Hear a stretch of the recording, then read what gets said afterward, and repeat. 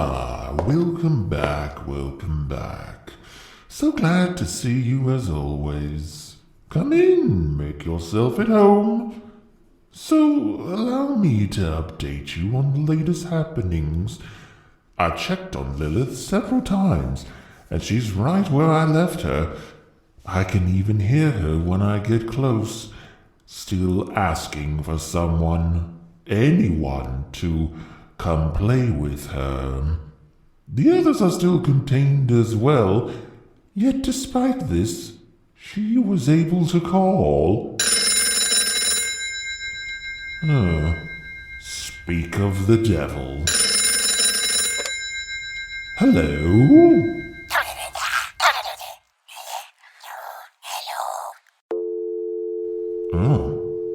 Literally. So it's not just her who's pulling this trick. This is most perplexing. I would consult Chris on the matter, but I still haven't come clean with them about everything yet. Plus, he's terrified of that doll. I know. I should have told them by now. I will. I just have to find the right time. Anyway, for now it's business as usual. You go on in. I'll be here looking into this matter. There it is again. Something flew past the moon. Hello, my little children. You got something in your throat there? Oh, yeah, thanks. I got that out. What's up, everybody? Welcome to yet another glorious, creepy episode of Little Podcast of Horrors. I'm James. Yes, he is. Why? I mean, did you think they didn't know that? You guys always get after me for being silent for way too long. Not this time. This time I got the jump on you. What are you talking about? We've Out never the done gate. that. This is lies. We've never once, ever, not once. I'm Christina. I'm Chris. Chris is the last one.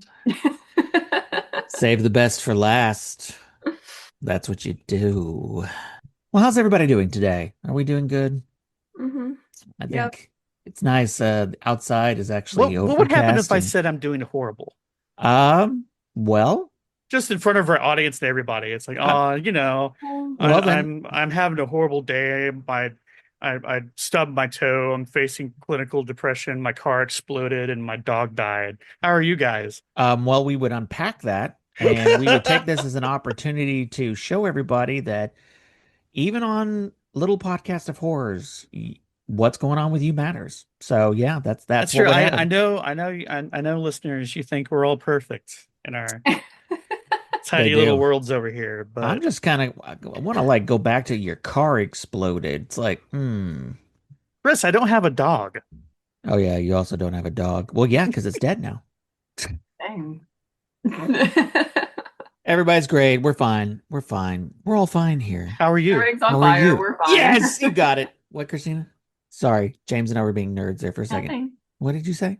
Nothing. She's like, nope, it's gone now. Well, I'm not drinking anything. Is anybody drinking anything? Oh, coffee. Yeah, that would have been a good idea. I have one of these giggly things. It's cherry limeade. Super tasty. Did you say you're drinking a giggly thing? Yeah. She's The drinking. THC. Oh, that's literally the drink. name of it. Yeah. It's giggly. It's the giggler. Giggle, giggle. Giggle, giggle. Gotta get them while I can before they're I want to believe not it's allowed to like ship here anymore. laughing gas in a liquid form or something. Oh my God, I would buy like 8 of those. Oh man, that would make my episode so much funnier if you guys did that. God, yes. I can't remember what I was saying. It doesn't matter. It's your story, though. It's my story. I have to admit, too, it's kind of nice because it's gloomy outside and rainy and it's kind of cloudy. Can you guess what I'm going to be talking about today? Ghosts? Care Ghosts. Bears. But not just any ghosts. No, this story is, well, kind of famous, especially now because this is how out of touch I am. I started working on the story because I was like, oh, this is really interesting. Before I realized that it's sort of the basis to the new Conjuring movie. So, yeah. Nice. But of course, we're gonna talk about some of that too, because So I had Conjuring movie, if you want to be a sponsor. they may not, they probably won't be if they listen to this episode once I'm done. So, Chris is delicious. well, yeah, he is. Glad you recognize. So what we're going to be talking about today, if you've been watching, if you keep up with movies and all of that, and you're into this thing, then you're going to know kind of what I'll be talking about. And what we're going to be talking about today is the Smurl Family haunting. And like I said, I have not seen a single Conjuring movie.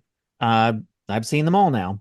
I got to see the newest movie with my sister this past Saturday. And let me tell you something. When you research a story and then you see a movie that's supposed to be based on it, I don't recommend. Isn't that just reading the book first? Kind of. Kind of. You know, and we all know what happens when you read the book and then they make a movie out of the book and they change things and things are different.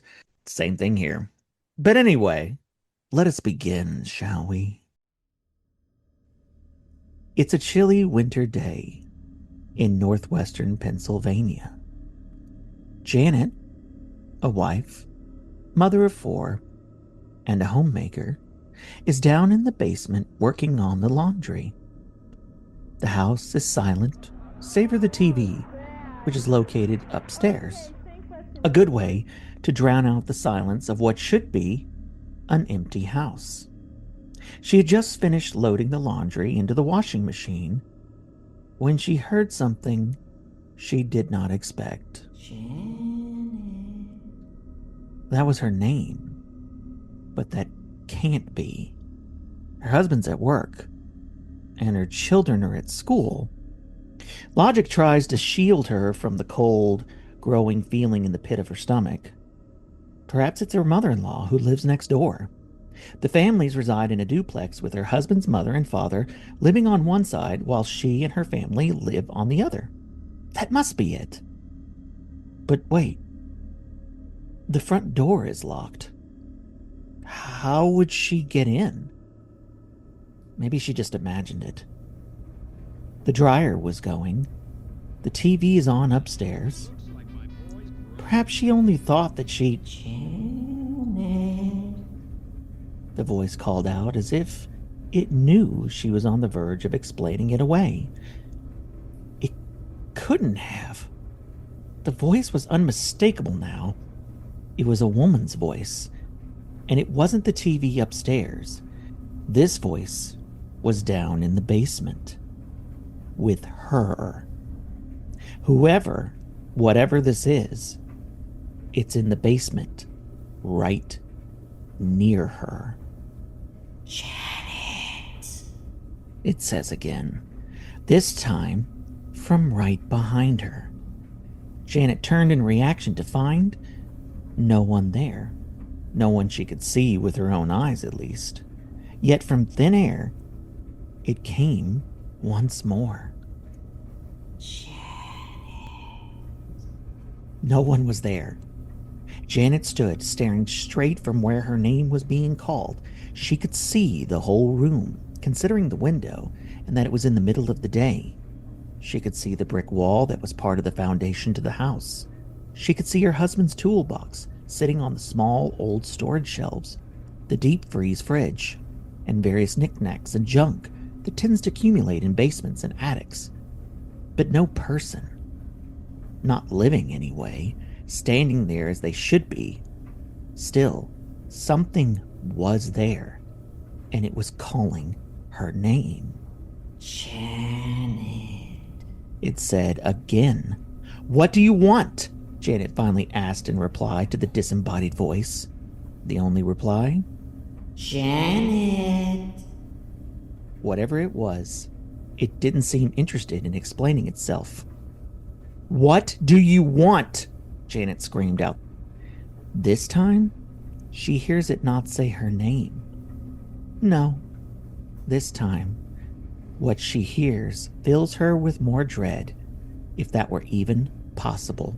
As if delighted by the fear that is unmistakable in Janet's voice, she hears it give a quiet, sinister giggle. Janet cannot escape the feeling that she is in very real danger. She backs away slowly from the area, stepping up the stairs, keeping her eyes on the same area. Slowly, she ascends up the stairs, the sound of the TV getting louder and the sounds of the dryer growing fainter. Almost there. Janet! Her name being called once more is what finally does it. Janet is suddenly filled with terrified energy, turns so that she does not fall back down to whatever it is that's calling to her in the basement, runs up the stairs, and slams the door. Janet!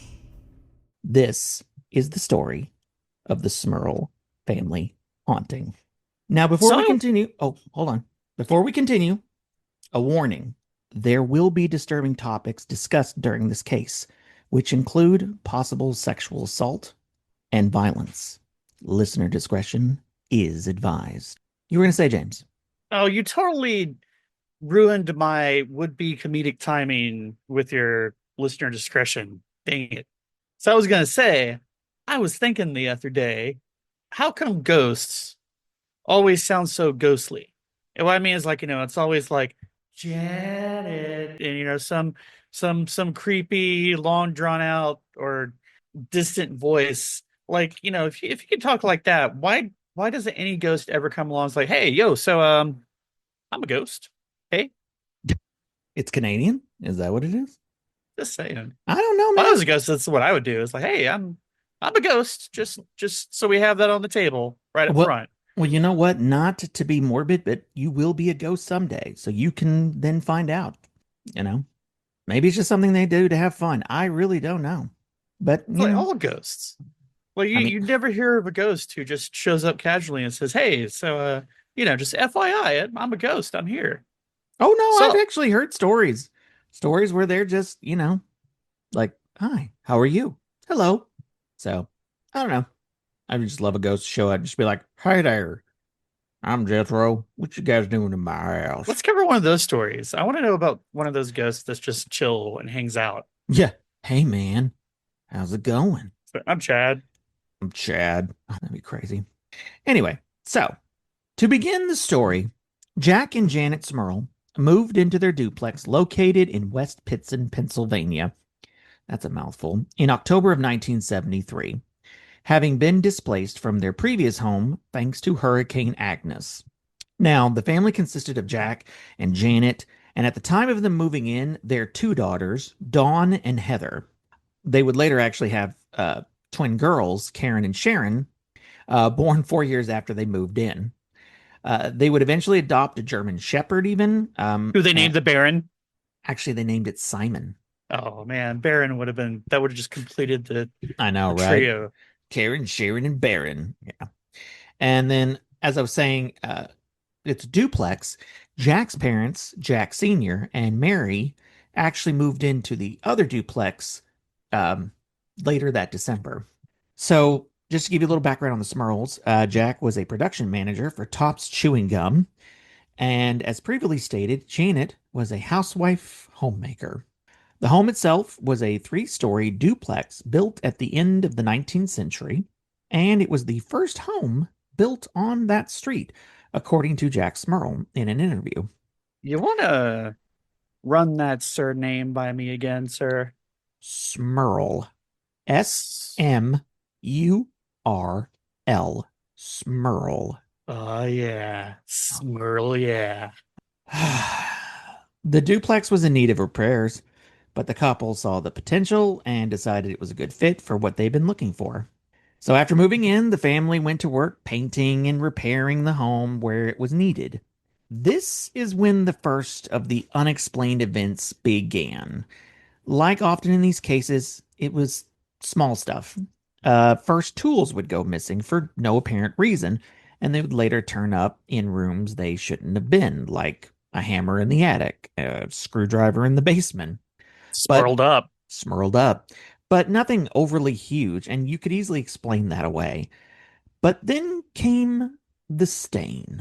A bizarre stain appeared on the new living room rug carpet. And Oh, the despite it, ghost isn't house trained? no, apparently not. Ew. And it's nasty. Oh, it gets worse. People, house train your ghosts. For Very real, important. man. Get the ghost a wee wee pad. I don't know. God, I don't need to go off on a tangent on that. Um, despite every effort to clean it, it wouldn't go away. So it wasn't Oh just yeah. I mean, that problem's real. I get that. yeah, like it's not just a stain, it's a stain to stay. It's No, not going anywhere. I have cats. I get it. Yeah. So I don't know. But once again, it's it's not something it's something you can maybe explain away. I don't know. Well, so it was. I wonder if that was part of the whole shtick. And it was all Janet. I did a little wee wee. Maybe. Anyway, sorry. No more. Eventually, other stains would appear, this time on the walls. So I guess it's just like What pissing did on this the ghost have carpet. to eat? Man, I don't know, dude. Like it's not a nice house guest, and it only gets worse and worse and worse. So, like the one on the carpet, these would not go away no matter how many coats of fresh paint were applied. Once again, those stains don't necessarily mean the house is haunted, so you do your best to find a more earthly cause and move on, which is what they did.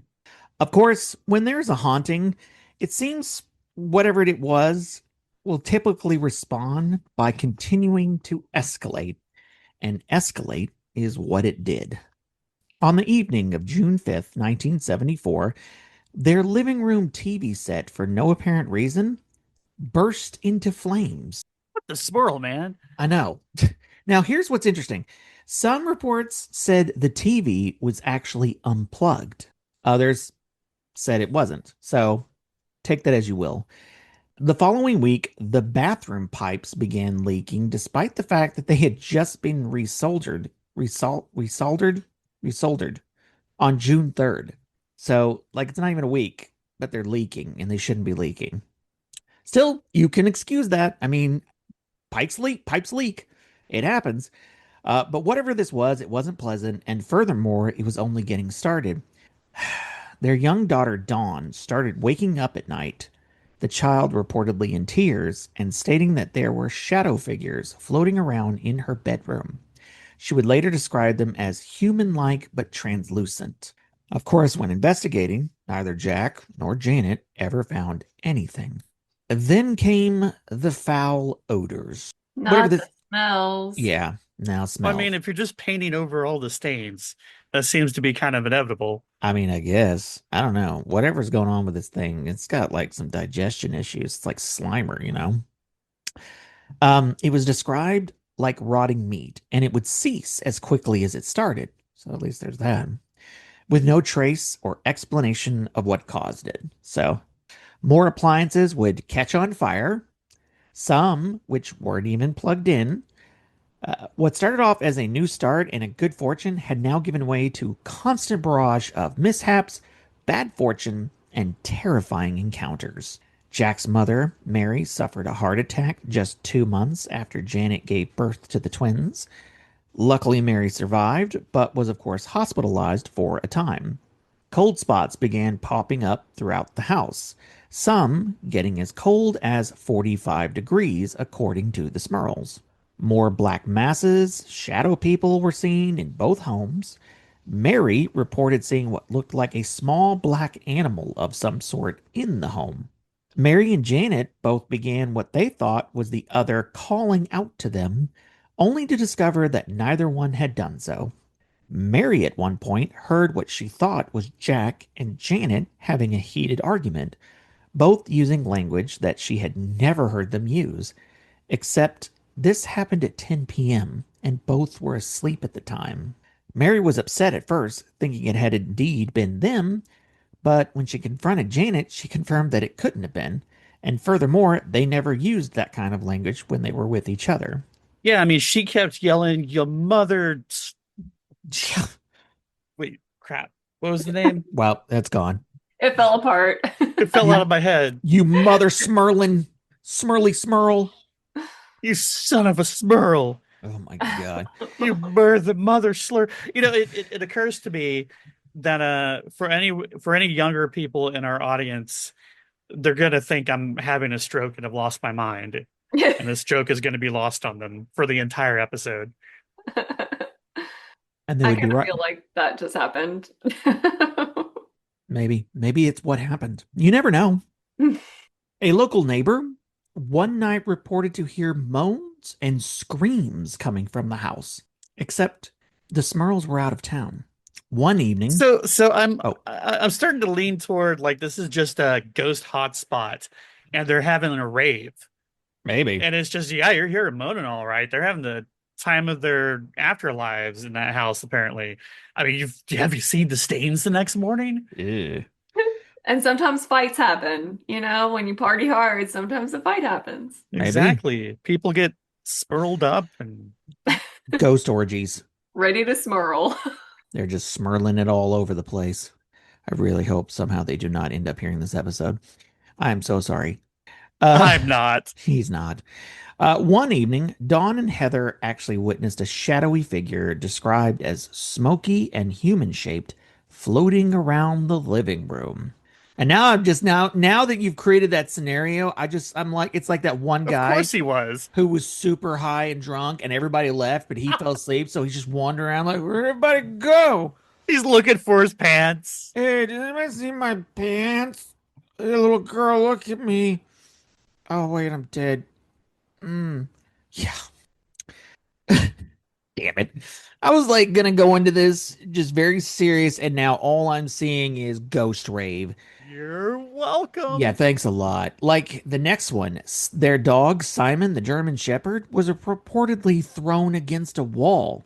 That's a And- huge no-no. And Yeah. that's why your ghost shouldn't do LSD.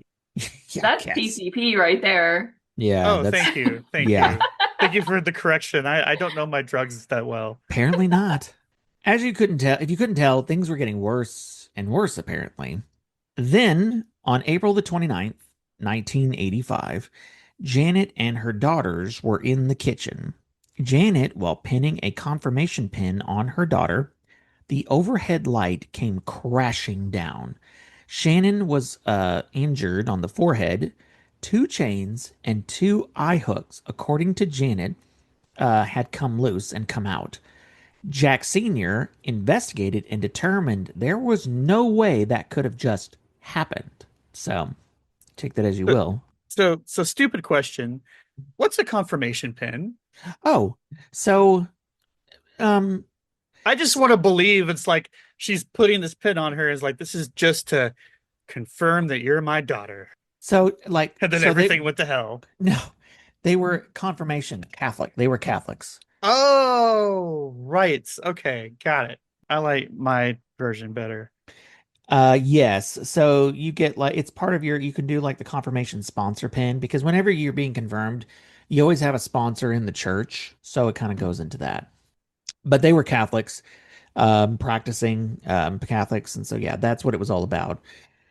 No, it was we were a little on the fence for a while, but after the DNA test came in, yeah, we could confirm you're our daughter. Here's your pin.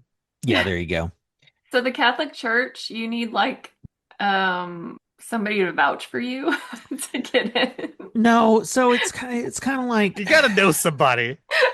so when I did it, my wife's cousin was my confirmation partner.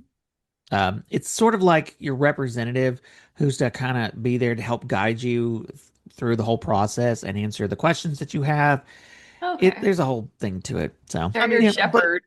I mean, but no, you don't have to. Like if you're slick enough, when you get to the pearly gates, you can just kind of, slide a little something something under the table to St. Peter and just look the other way and you walk right on in. I'll just do what I do at clubs where I walk, with a bunch of hot girls, so they just get me right in. Bingo. that's what James and I will do. Okay, now here's where it starts getting a little not funny. Janet said that while she was in bed one night, an invisible force picked her up, dangling her some 6 feet in the air, and then tossed her across the room.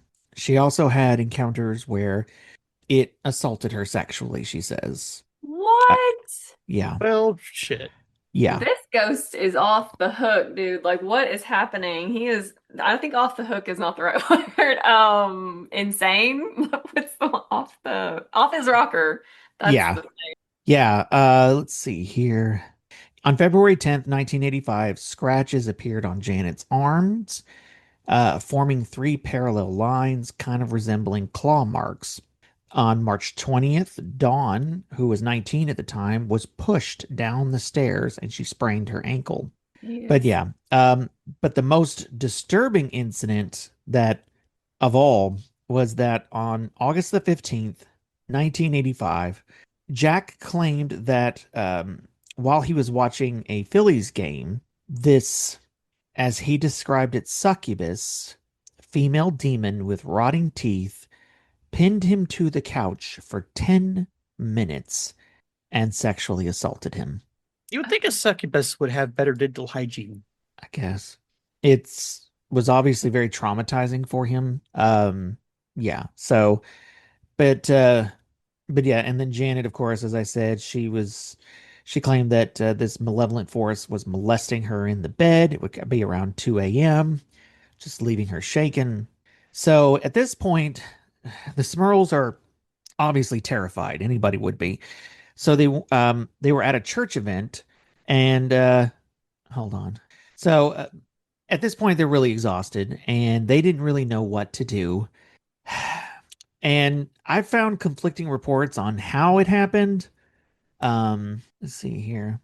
But basically, the consensus is that the Smurls reached out to famous demonologists Ed and Lorraine Warren, who I've mentioned in a previous episode. And I actually drew a lot of this information from the interview that the Warrens did with the couple. You have like Lorraine sitting there, and you have Jack, and the whole interview is on YouTube, so you can actually, and the link will be in the show notes along with all our other links. So what you're saying is that I should remember who those two are. I'll send you some notes. So I have not talked a lot about Ed and Lorraine Warren, for good reason, but and we'll get to that. Just to give you a little backstory, though, Lorraine Warren was believed to be a clairvoyant, and she was known. She was actually famous for a lot of paranormal investigations, including the Amityville house. Uh, anyway, so Lorraine ended up claiming that she detected 4 spirits in the house: a harmless elderly woman, a young, possibly violent girl, a man who suffered and died in the home, but then something else that was not human, a demon, that was sort of using the other 3 spirits to destroy the Smurl family. Isn't that how it always goes? It's a fun little ghost rave until the demon shows up. Kind of. Well, that's the thing too. When Ed and Lorraine show up, it's a demon. They're like, "There's a demon here. It's a demon." They might say some other stuff like, "Oh, there's a ghost," but there's a demon. It's a demon. Demon, demon, demon. Um, Now, here's the thing. After this, representatives from the Roman Church, they were uncertain as to what may be causing the activity. Multiple priests visited the Smurls' house and blessed their home, and they reportedly encountered no harmful activity on the property. In 1986, an area priest actually moved into the household, hoping to witness the demonic forces first at hand, but nothing happened. And after 2 nights without issue, he's like, "Well, I'm out. I'm done. I'm not getting anything." Um, Well, I get that. It's like when you take your car to the mechanic and, they keep it for a day or two and then they keep insisting it's like, hey, we've driven it around. We cannot reproduce this issue you're having. And you're like, I swear it was happening. It's like, well, it hasn't happened for me. Then as soon as you get the car back, it starts happening again. That's just how it happens. I mean, yeah, it's true, I guess. Um, Eventually, and here's the thing: it's like it seemed like at some point the news just caught on, and it got crazy to the point that news people were there all the time. The neighbors were getting pissed. The Smurls ended up giving over 150 interviews. They were even on Larry King Live. I'm not kidding. Whoa. But here's the thing, too. I couldn't find any of those interviews. I couldn't find a single one. But you know what I kept finding? Interviews with the Warrens. It was always the Warrens popping up. Here's the Warrens again. One of them is them standing in front of the Smurl house. You don't see the Smurls, it's just the Warrens, surrounded by the press. So, yeah, Darn whoever those two people are. I know, right? Uh, Eventually, though, the media scrutiny was just too much for the family. And in 1987, the family packed up and left the duplex. And apparently, the supernatural phenomenon followed them to their new home until a church sanctioned exorcism in 1989 cleared the house of its activity. And that's the thing, too. The priest, in the end, all credit goes to this unnamed priest for actually helping them. Ed and Lorraine didn't do anything. Nothing. Ed and Lorraine, I think they were there for a day or two, and that was it. So, the people, there's been families that have lived in the house since. They have not reported anything. Nothing. So, take that as you will. Wait, which house though? The new duplex. The duplex, the where it all started. The duplex that it Oh, that it well, that's began because on. they took the spirits with them when they left. Yeah, maybe. But the other thing is nobody ever reported spirits beforehand either. So maybe if this was real, it was something that was attached to them. I'm not sure. Uh, the family did their best to put it behind them. They still lived in the area, and they still actually live in the area today. Jack Smurl, he passed away in 2017. However, what's interesting is that because of the events and all of this happening, their daughter Karen, she is now a paranormal investigator. Good for her. She even Cool. commented that her dad was kind of proud of her that she was out there trying to help other people the way they did. Yeah.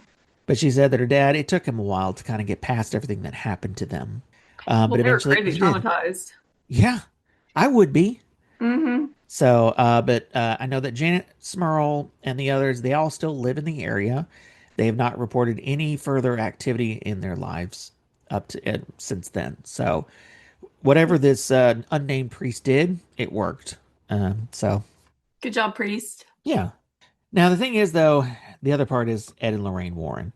If you couldn't tell by now, I'm not a fan of Ed and Lorraine Warren. It seemed like every time that something was going on, they would show up and say it was a demon. And what's interesting about Ed and Lorraine Warren, this all started, my feelings kind of changed. I knew about them because I've always been into this kind of stuff. But the first time was actually when I met a parapsychologist who I'm actually hoping to get on the show at some point. He's a really neat guy, and I've talked about him before on the show. Dr. Lloyd Abarak. I'm so sorry if I said that wrong. So um, we'll call him Dr. Lloyd. Dr. Lloyd was actually invited to the Amityville house, if I remember correctly. And while he was there, they told him about all the paranormal things that happened. And then Dr. Lloyd basically walked through the house and debunked it all, left and right, like all of it. And then the kicker is that, and if I hope I'm remembering this correctly, is that once he had debunked everything, Ed and Lorraine Warren walked in and basically was like, "Well, we've got a book deal and a movie deal, so you don't need to be talking about that." No. So they rebunked it? I guess. They unbunked it. Now, I'm pulling that from memory. I could be wrong. If I've got the details wrong, I do apologize. But that's what I'm remembering. Yell at us in the comments if we misremembered. Yeah. But that was, and the thing is, it was the Amityville house, if I also remember correctly, that was their big start of fame, or start to fade. It's what made them famous. I can't talk. Ed and Lorraine Also, Warren. make sure that you start your angry comment with actually. Yes, actually. So I don't know. It's hard at the same time for me to totally judge because I've heard some people feel that maybe they started off genuine and maybe fame got to them. I don't know. Or maybe I'm completely wrong and they really did. Lorraine really did have the ability and they really did fight demons. So I don't we should know. start a beef with them. They're dead. They're both Oh, fast. dang it. But how are we going to get engagement if people we could beef with aren't around anymore? Well, they've still got lots we of... need some internet drama. I mean, they still have fans. And then, of course, their daughter Judy and her husband still run the museum. So they're still around. But what's interesting too is when I went to go see the movie, like they created this whole subplot that didn't even exist in the actual story. And like you had Judy there. Judy wasn't even a part of the investigation at all. She never even set foot into the Smurl's house. But in the movie, there she is, and she plays a big integral part. And not to spoil it too much, but Annabelle even shows up at one point. I'm like, what? What the fuck is Annabelle doing here? Like, Crossover. pretty Yeah, much, she's got to that's be in what it all of was. them. It really Cameo. was. It's like, gotta throw Annabelle in there. Like, are you kidding me? Annabelle? Okay. Like, really? What? Like, they kind of were. You could have almost said, like, okay, well, they're kind of following it here and there. But then it was just, at one point, it just went off. What's the word? The shark. They jumped the They- shark. They jumped the shark. And then at a certain point, it was just complete total fiction. I was like, okay, none of this happened at all, according to what I read. But what's even interesting too is that you remember my little story at the beginning, Janet, Janet. I took that from the book that the Warrens wrote in kind of uh along with the Smurls a little bit. I don't know how much the Smurls were really involved, but here's the kicker. I like I said mentioned earlier, they did this whole interview with Janet and Jack where they went over everything that happened. And if she's talking about the same incident, that didn't happen. Janet said that she was down in the basement and she heard her name being called from upstairs and she just thought it was her sister come by to visit. And then she went up and her sister wasn't there. The end. They And so spooked it up for the book, huh? they spooked it up for the book because that's the thing that I have a problem with. That's why I have such an issue with Ed and Lorraine Warren. It would seem they would show up, kind of walked around, do a big interview, and then they'd write a book and make money. And there were several times apparently the people they wrote the book about or who were they were was involved didn't even get anything. Or if they did, it was like very little. So what I'm hearing is that we are clearly going about this wrong. Apparently. Apparently. But like even like this past week, I told both of them this, listeners. So I came across this video of these people who said they were in this local cemetery that I actually happen to frequent a lot because I'm weirdo and I like historic cemeteries. And they were claiming that they caught a ghost. Maybe did we catch a ghost on camera? And I'm like, okay, let's see this. What's going on? And there's one building there that I don't really know what its purpose was. But anyway, they're moving their phone and they're capturing the reflection of the sunlight through the trees on the window. The window was curved glass. And so when you have curved glass, it distorts the image. It was obvious what it was. That was not a ghost. And the kicker here is I went out there and did and recreated exactly what they did. Did you catch the ghost? In fact, the image I caught looked even more like a ghost than their image. But Oh, are you going to write a book about it? nope, because What- it wasn't a What did ghost. what did I just And say it was earlier? calling Chris. No, it's calling Chris. Chris, come to Narnia. I want to go to Narnia. And it just made me realize and made me think about this again. It's like when you think that you have caught something on tape or on audio, your first goal needs to be to do everything you can to debunk it. Because I guarantee you, the minute you put it out there, that's what everybody else is going to do. And if Yeah, some, I mean, we've caught things on audio and we have no confidence in the authenticity of it. nope, The only Only- thing we can say is that we didn't intentionally doctor anything. we did not. All we can say. We can only say that we're not sure that we didn't catch anything. And we'll write a book about it. We're leading experts in the field. We're available for interviews. But the kicker is that I commented to them explaining, no, this is curved glass. It's not, it's a reflection. And they came back and said, no, we were there. It's normal glass. And I'm literally standing in front of that window. And I messaged back saying, I just said, I lied a little bit. And they were just like, no, I was there earlier today. It's curved glass. And I say this with the utmost respect. They deleted my comment and their response, just deleted it. Oh man, that's a good way to start a beef. And then Uh, your next comment needs to be is like, "Oh, you want to fight about it? How about you come over to my podcast page and leave some angry comments?" I'm not saying that just so that you'll make the algorithm happy and kick us up the charts. Come have at me, bro. And while you're at it, sign up for our Patreon. Yeah. Yell at us on Discord too. No. Because here's the thing. I don't want to I don't want to I don't want to attack other possible paranormal researchers, you know.